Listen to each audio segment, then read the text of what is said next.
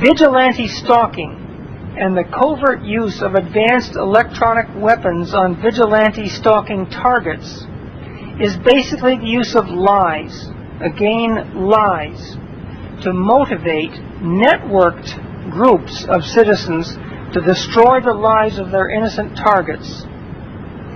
These programs are about the ongoing efforts to expose this activity and hopefully to stop it. There are literally thousands of websites providing information about these crimes. Most of my harassment has been gang stalking. Harassment things, tools that are used.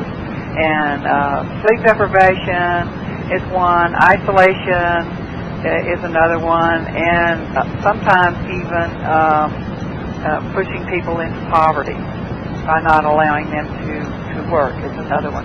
These are very basic. One of the goals is to make the targeted individual feel like they're the only one in the whole world and they're probably mentally ill and they need to be on psychoactive drugs that can destroy their brain cells or have other horrible effects that are irreversible. And the thing they need to learn is probably there's a good chance that they have a gang on them. And it's not one gang. It depends on where they go as to which gang it is. And so it's a sad fact that as the economy just kind of disintegrates, people can make money doing gang stalking and supplement their income. And that's what's happening. It's spreading. Yes, and I think you have had reports from people who called you that there have been cases where perps are prevented from finding work just so they can be forced into doing crime against others.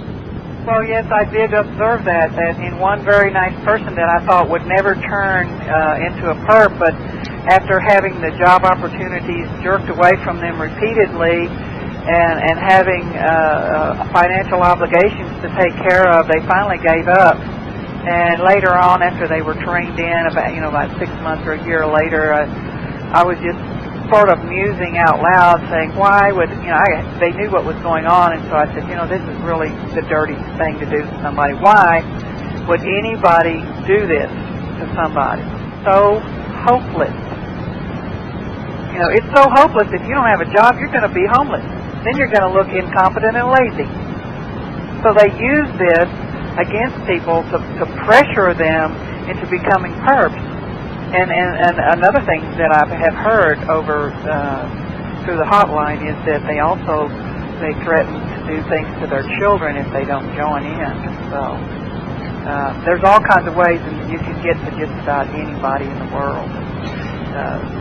People have their limits, and especially in the society that we've set up here, it requires so much money to live, to keep a roof over your head and in a decent place and all of that, that you have to keep this income going all the time. And if there's not a break in it, it doesn't take very long that you're looking at being in the street. And it seems to be specifically designed that way. And they take full advantage, don't they?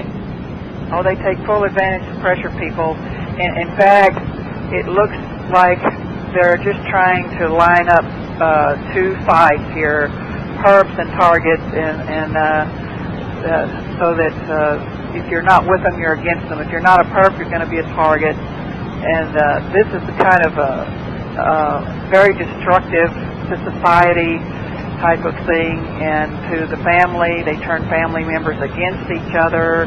I think they're also can use mind control to bust up marriages, and it has nothing to do with feminism. It has to do with what they do with their brains. It's a mind control that they can use. The technology is something that only these people have.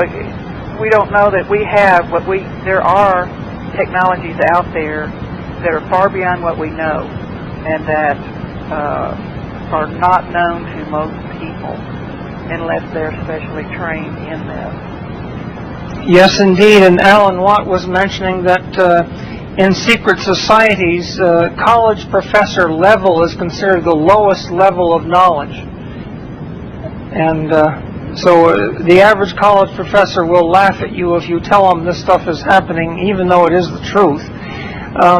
I've heard from several people over my years being in activism that they find that when they approach their partner, they suddenly find that their partner instantly becomes repulsive to them. And that, the way they describe it, is it's a form of mind control. It's just like being hypnotized and commanded that the person standing there is repulsive. Well, I think that's one of the methods they use, definitely. And also, I do believe that our society moving as fast as it is and requiring that everybody work 2 jobs to pay the mortgage and everything is another factor there that the deck is stacked against the family that way too. Sometimes they just cause the passion to go out of the marriage. One or the other partner will, usually the male, simply isn't interested anymore, and then here comes a floozy, and all of a sudden he's interested again. He thinks he's alive again, you know, and has fallen out of love with his wife and all of that. So they use every trick. If one trick doesn't work, they just go to another. They don't change what people do, they change when they do it. That is how they work it. That's how they can influence. There's a lot of influence that can be happening. You know, you can't take a normal person and make them want to stab somebody very easily. But you can take a normal person and they normally call certain people. You can change when they call them to disrupt their day. And nobody knows the difference. Very, very seldom do they ever know the difference. In fact, the telephone is the most effective isolation tool that the perpetrators have, in that they can control when people call, and they can make them, they can reroute the phone calls if they want to. If you have calls coming in to your answering machine and you're not getting the messages, and you're not going to call those people back, and they're going to think that you don't want to talk to them. This is a good isolation tool. And again, even if you don't have an answering machine, if you have caller ID, you're getting calls and you don't return them because you don't see those numbers on there, because they're selectively erased, because the perps are the best telephone hackers in the world. And so you don't return those calls, and they just think, well, I've called and called and called, and she just doesn't want to talk to me. And so that isolates you. That's one of their best tools of isolation for the perps, is the telephone. And we normally think of the telephone as being something to keep us connected with people, but they can turn it around, and they can make it where it isolates you. And that is how they do it, by making people call at the wrong time and by selectively erasing your messages and your caller ID numbers popping up. So you would suggest then that a target always call back regardless whether they're expecting a message or not, just to be sure that one wasn't missed? Well, I think the target should touch base with everybody they know every once in a while, because if they can erase the caller ID number off your caller ID pad, you're not even going to know these people called you. And they may be calling, trying to get you to go somewhere with them, or trying to inform you of something. I also recommend that do away with answering machine, do away with call notes. Don't have any of them, because all they are is an isolation tool. The perps will selectively erase certain messages so that you are isolated from your best supporters. That's what we are hearing from people. And I've heard that they can even go a little further, and they can actually imitate somebody and pretend to be somebody they're not. Now, that doesn't apply to people close to the target, like their family members, but certainly a business call or something like that, they often jump in and intercept a call and pretend to be a business and say, yes, well, we'll send your order out tomorrow, when in fact the business never got the order. That's true. We're having reports of that, as well as some people have reported that some calls they got were imitated. The voices were imitated, and they called the person and said, you called me and you said this, and the person absolutely denies it, and probably The perps have figured out how to imitate so many people's voices. It's causing total chaos in the communication over the telephone, and it messes up, it messes up a whole lot of things. It messes up everything.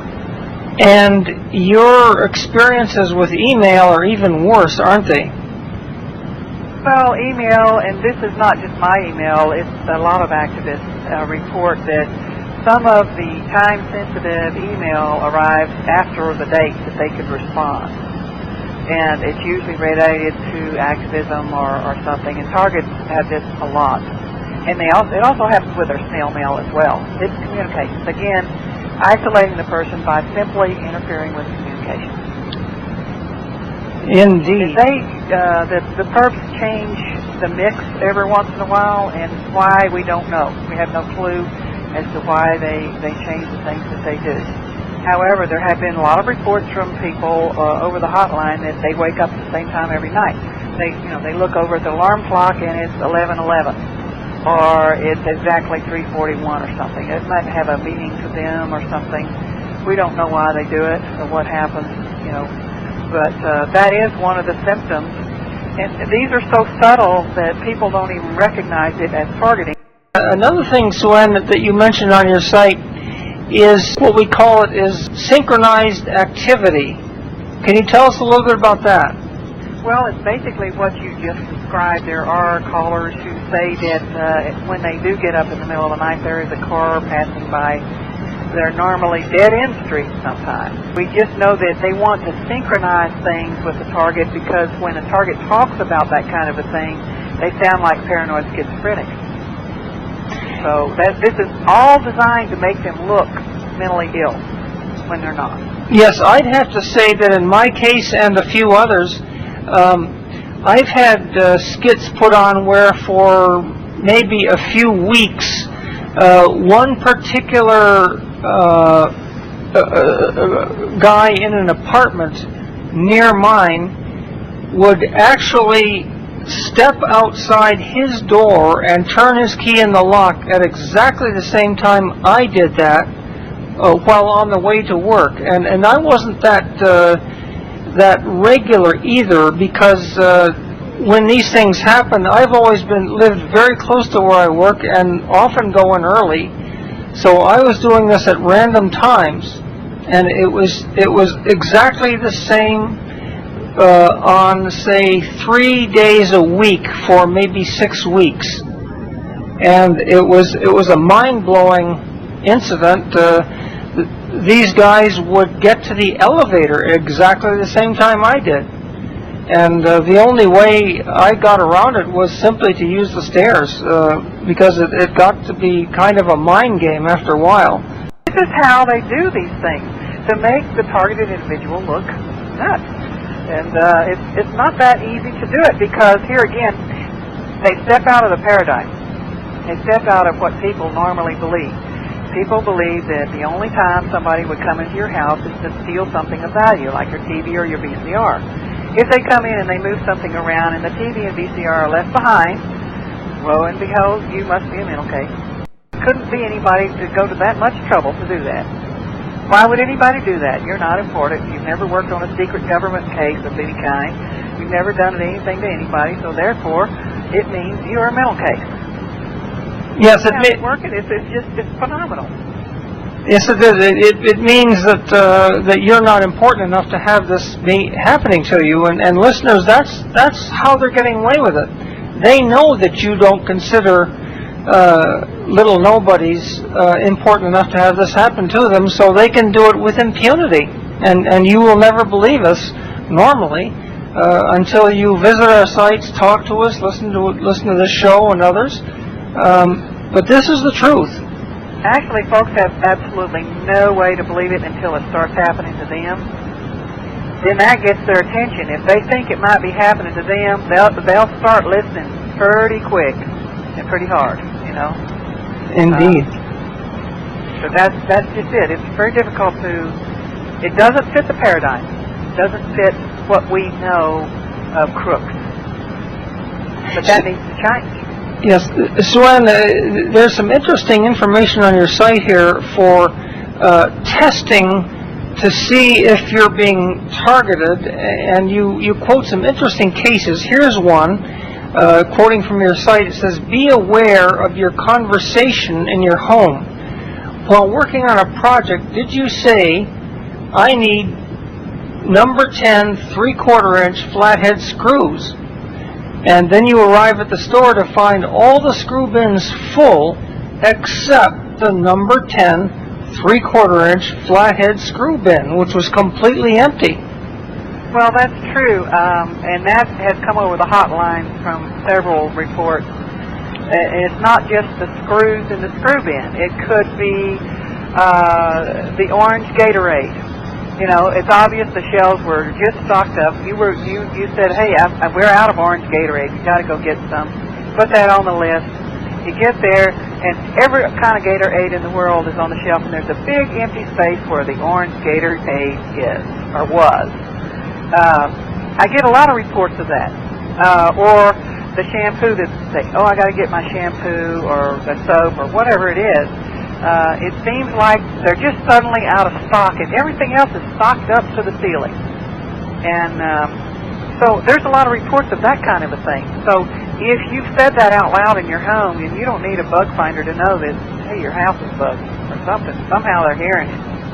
Yes, indeed, and I can report, too, that I've been a target for 25 years, and being in engineering, I often inherited the job of going to the hardware store for various companies I worked with, and it would happen to me so many times I can't count them, probably 1,000 times in my 25 years of being a target. I would, in many cases, I wouldn't even say it to anyone. I'd simply measure up a job, decide what's wanted, just write out a list, and when I got to the hardware store, just those items on my list were all out.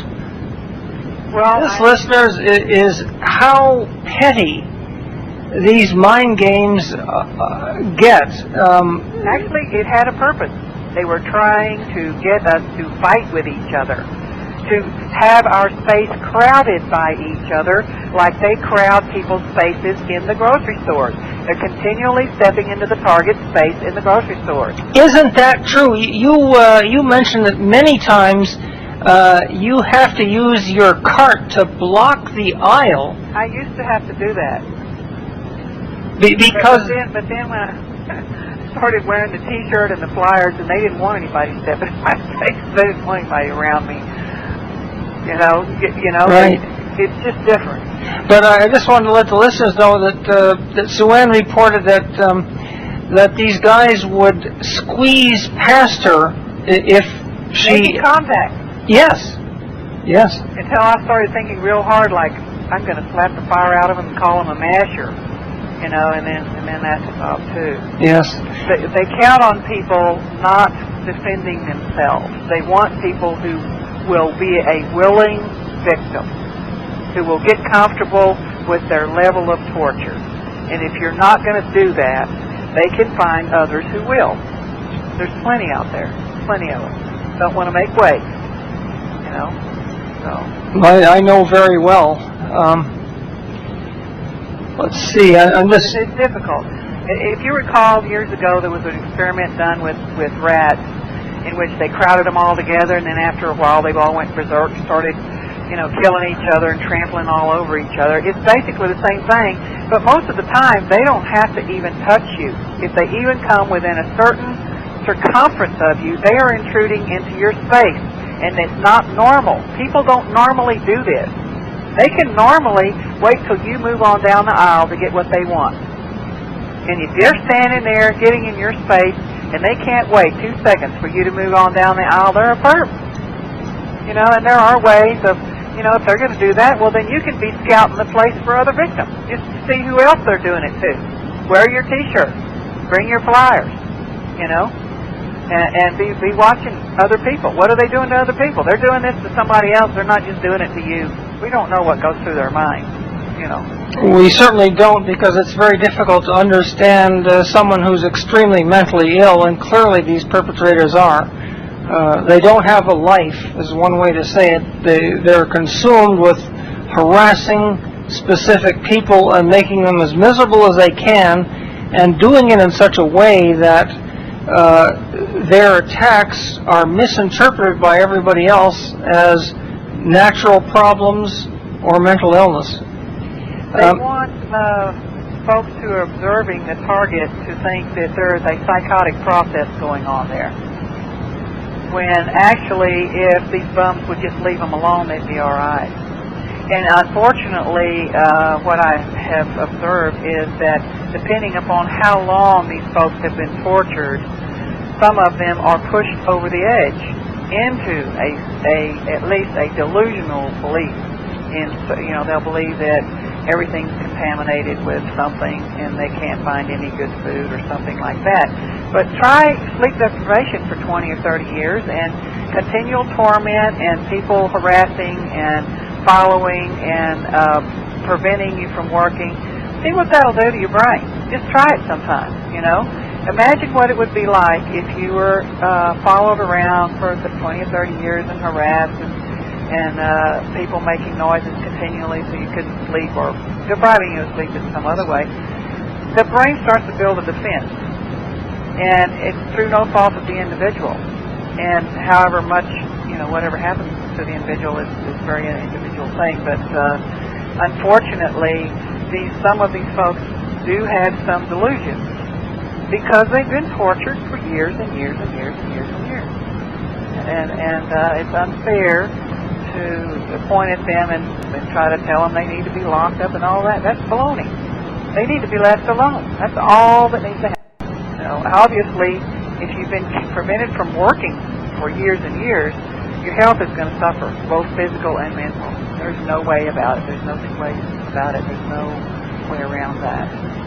And this is probably the most evil, insidious thing on this earth that can happen to a person. It's the darkest place on earth a person can go. And it's hard to cope. They make it more difficult because they isolate the person from anyone who would help them. And the tragedy is felt even more by the target because all of this is out in the daylight, in the open, and nobody will believe the target. All in plain sight, and they get away with it. They get away with murder, essentially. They're actually stealing that person's life a little bit more every day.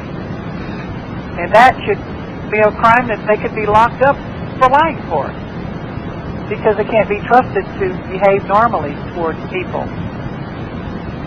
What do you do with folks like that? You have to lock them up. Yes, indeed. It's sad to say a very, very small number, less than you can count on one hand, of our members do seem to be troubled after years of this torment by artificially caused mental illness, and it's just a brutal crime to force someone into mental illness. Well, it usually, what I'm seeing is that they're still functional. It usually takes the form of specific delusions so that they can still function. But it's amazing when you hear their story how they're still sane. It is a tragedy, and it just makes you want to cry for them, Yes, listeners, we could use your prayers, by the way. That would be very helpful. Yes, because this is a spiritual battle. This is evil. There is nothing more evil than tracking somebody. I mean, they're like a pack of wolves. They get this person that they want to track and target and torture forever, for the rest of their lives, and they cut them out from the herd just like a pack of wolves. They isolate them from their family, from their friends, from anybody that can help them, and then they just tear at them. For the rest of their lives, they're torn apart by these people. That's wrong. That's right. Let it happen. Everything they attempt to do is messed with or blocked. Even tiny little things. Even little things that they might enjoy, like, well, in my case, I enjoy hanging out with and feeding squirrels. I will have perpetrators with dogs walk up, let their dogs off the leash, and actually encourage the dogs to chase the squirrels away. Yeah. This is what happens to every tiny little thing you like to do when you're being targeted this way. To see how susceptible you are, because you don't have somebody with you to witness this with a camera or something like that. And that's another reason why they have a field day and why they're so desperate to isolate targeted individuals, because it makes their job so much easier. So one of the main things we need to do is find other targeted individuals and refuse to be isolated. Start hanging out together that it's being done to them. Right, and equally important is people who should be supporting the target refuse to believe that it's artificial. They think there's something wrong with the target. Well, you really have to be targeted to understand what this really is and to believe it. And until I went through some of this, I thought those, that people who complained of such were probably having a few mental problems and needed to slow down in their life and relax more or something like that. I didn't believe that this could actually be going on. But now I've experienced enough of it to know that these folks are telling the truth. Indeed, and we all know what it's like to be told to see a psychiatrist. It's not fun when you know this stuff is really happening and it's not natural at all. And you're big about carrying cameras too. I think cameras are very important, but I've always had one just because I like photography. I love photography. It's a hobby that you can have the rest of your life. It's also a very handy tool for all kinds of things. Carrying that camera does reduce the amount of perpetrator harassment. It definitely does. There's no question about it. Well, that's what we're hearing from Target. Cameras do change behavior somewhat. And so there's a lot of targets now that are starting to carry their camera with them. We do have a T-shirt for sale that is good to wear to marches and rallies and even to the grocery store or the post office. It certainly does. And you have a page of the T-shirt and some flyers actually which are sold through your website. Well, the T-shirts are sold. The flyers can be downloaded for free. Right. So, and it's on stopcovertwar.com/T. That's TEE.html. Yes. If you go there, then there'll be some things there, tools for people who would like to be activists in this cause. And I can tell you, I have one of Sueann's T-shirts, and it works great, particularly when you're stuck in line somewhere, as at the post office or the grocery store or a convenience store, because the emblem and text is on both front and back. And in warm weather, you can't beat it for informing people. And the perpetrators do not particularly like us to inform the public, so it's a good way to ensure that when the perpetrators place a lot of people ahead of us in line, maybe we'll give them second thoughts about doing that next time. Well, it's just an opportunity to advertise the cause when you're standing in those long lines. And nothing probably concerns them very much except the possibility of targeted individuals finding each other and getting together and being a witness for each other or working as an activist plan to bring out what's happening, because there are a lot of them, but the trick is, how do you find them? You don't have money to put advertisements in magazines or newspapers, so the only way a person of limited means has is through flyers and T-shirts. Yes, and I'd like to report an interesting something I've observed. I've had an activism sign on the back of my backpack, which I wear everywhere for a couple of months now. And I used to be stuck in long lines in the supermarket. I'm not anymore. I never get stuck in a long line.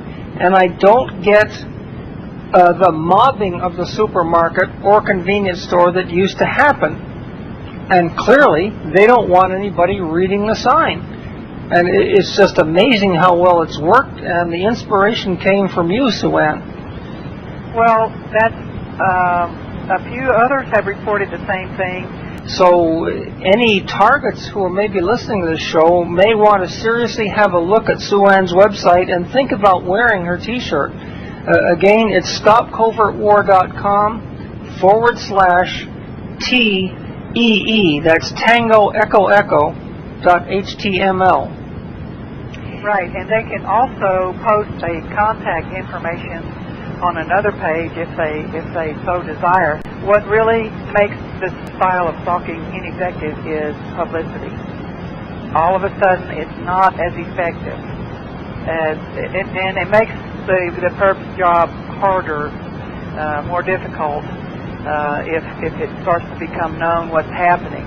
It's spreading. Targeted individuals are finding each other and getting together and being a witness for each other, working as an activist plan to bring out what's happening, because there are a lot of them. And be watching other people. What are they doing to other people? They're doing this to somebody else. They're not just doing it to you.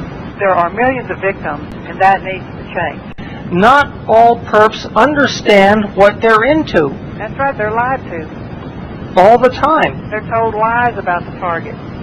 They think they're doing a good thing. They're getting rid of people. They're sending them a message that they need to change their ways and clean up their act. This is all a big fat lie that they're told to get them to be motivated to do this crap. Yes, ordinary people just would not take this on as a living if they knew the truth about us. And I discovered a very few perpetrators who eventually figured out that I wasn't whatever I was being labeled as, and they turned around and became friendly. It's apparent that this type of harassment and stalking is a lot less effective if it's not kept a secret, because the way it's done is designed to make the targeted individual look mentally ill. And if it starts to become common knowledge that there's these gangs of thugs running around doing this kind of thing, then it's not very effective anymore as a weapon of terrorism.